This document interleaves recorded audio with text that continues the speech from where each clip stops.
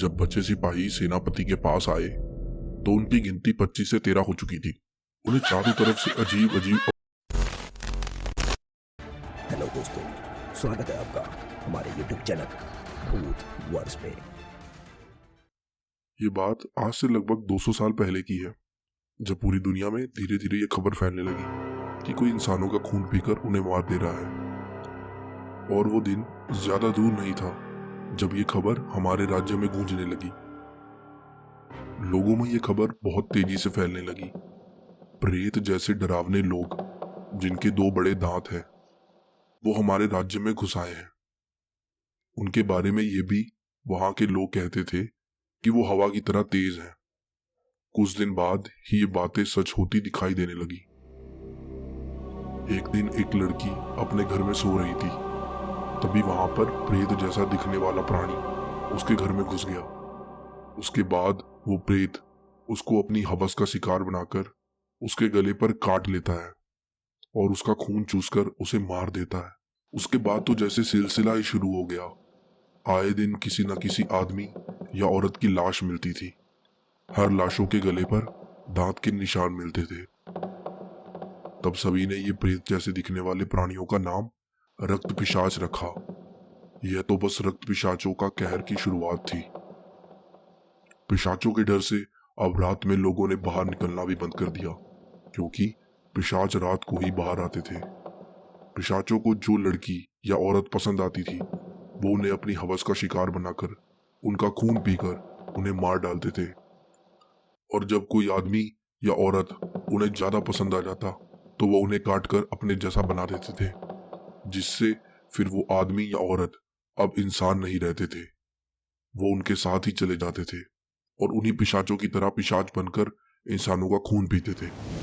जैसे ही बात हमारे राजा को पता चली तो उन्होंने इस बात की तहकीकात करने के लिए अपने सिपाहियों को इस बात की सच्चाई पता लगाने के लिए भेज दिया। उन्हीं सिपाहियों के सेनापति, जिनका नाम सत्यप्रकाश सिंह था, वो बहुत ही बहादुर और निडर थे। उन्होंने राजा की आज्ञा का पालन करते हुए इस बात के तह तक जाने का विचार बना लिया। ये राज्य में अपना भेष बदलकर प्रजा के बीच चले गए और वहां उनको पिशाच के खौफ का कहर का पता चला। इस बात में सच्चाई है या नहीं, ये जानने के लिए 5 सिपाहियों को जंगल में भेज दिया गया। ये राज्य में अपना भेष बदलकर प्रजा के बीच चले गए और वहां उनको पिशाच के खौफ का कहर का पता चला। इस बात में सच्चाई है या नहीं, ये जानने के लिए 5 सिपाहियों को जंगल में भेजा गया।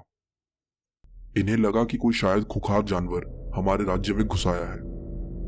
जंगल में चारों तरफ सन्नाटा और अंधेरा था।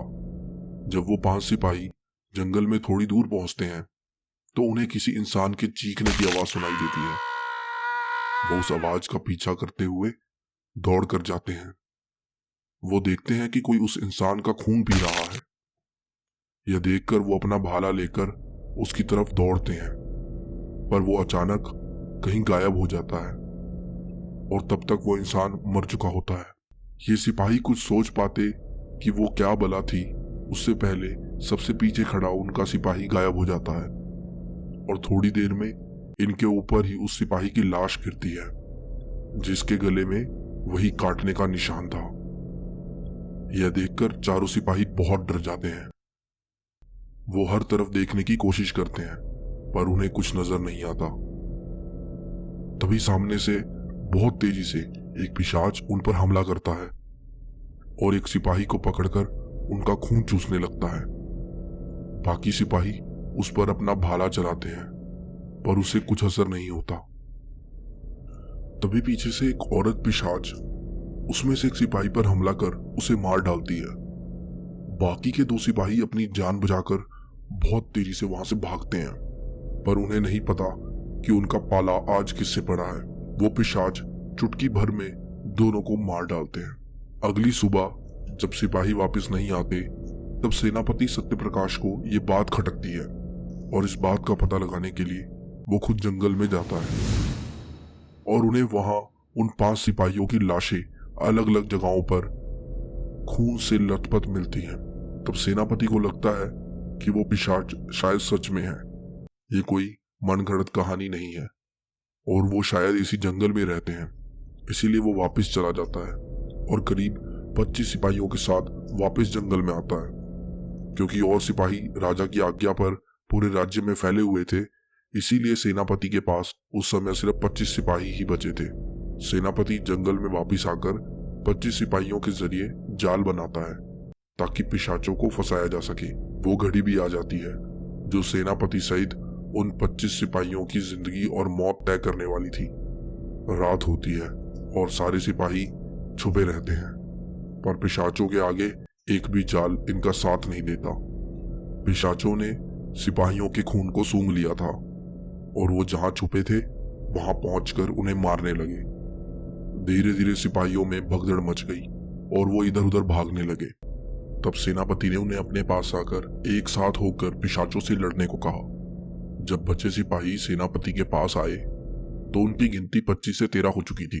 उन्हें चारों तरफ से अजीब अजीब आवाजें सुनाई देने लगी। फिर एक के बाद एक सिपाहियों को पिशाच जमीन से पेड़ पर खींचकर ले जाने लगे। सेनापति ने सिपाहियों को पेड़ से दूर खड़े होने को कहा और बताया कि अपने हथियार तैयार रखो, पिशाच पेड़ के ऊपर ही है। अब तक सिर्फ 6 सिपाही बचे थे। तभी 3 पिशाचों ने उन पर सामने से हमला कर दिया। सिपाहियों ने अपनी पूरी ताकत से उनसे लड़ने की कोशिश की, पर उनके हथियार उन रक्त पिशाचों के आगे कुछ भी नहीं थे। उन पिशाचों ने एक एक करके सेनापति और उसके सारे सिपाहियों को खत्म कर दिया। जब ये बात राजा को पता चली तब वो बहुत परेशान हो गया, क्योंकि उसके सबसे बहादुर सेनापति भी इन पिशाचों को खत्म करने में नाकामयाब रहा। फिर राजा ने खुद इन पिशाचों का तोड़ ढूंढना शुरू कर दिया। फिर राजा को एक महान तांत्रिक के बारे में पता चला जिसने बहुत सारी काली शक्तियों पर महारत हासिल कर रखी थी। राजा उस तांत्रिक के पास गया और सारी बात बताई और उससे प्रार्थना करने लगा कि कृपया हमारी मदद कीजिए, वरना हमारा पूरा राज्य यूं ही खत्म हो जाएगा। इन पिशाचों का कुछ तोड़ बताइए। तांत्रिक ध्यान में बैठा और उसने सारी घटना को पता कर ली। फिर वो तांत्रिक राजा के साथ उसके राज्य में गया। तांत्रिक जैसे ही राजा के राज्य में पहुंचा तो उसे काली शक्तियों का एहसास हो गया। सबसे पहले वो उस जंगल में गया जहां पे उन पिशाचों का वास था। पिशाच अक्सर दिन में बाहर नहीं निकलते थे क्योंकि दिन में उनकी शक्तियां कमजोर हो जाती थी। पूरे जंगल का निरीक्षण करने के बाद तांत्रिक राजा के पास गया और उसने राजा को बताया कि ये पिशाच आपस में जुड़े हुए हैं। इनमें से जब भी कोई किसी इंसान का खून पीता है तो सबकी शक्तियां बढ़ जाती हैं और उन्हें मारने का यही तरीका है कि किसी भी एक पिशाच को पकड़कर हमें बांधना होगा। अगर हम उसे खत्म कर पाए तो सारे पिशाच यहाँ से भाग जाएंगे। यह सुनकर राजा ने एक तरकीब लगाई और उसने अपने बचे हुए सिपाहियों में से सबसे प्रमुख सिपाही राजनाथ सिंह को बुलाया। सब लोगों ने मिलकर विचार किया कि आज रात को जंगल में जाएंगे और इंसान को शिकार बनाकर पिशाच को घेरा जाएगा। रात हो गई।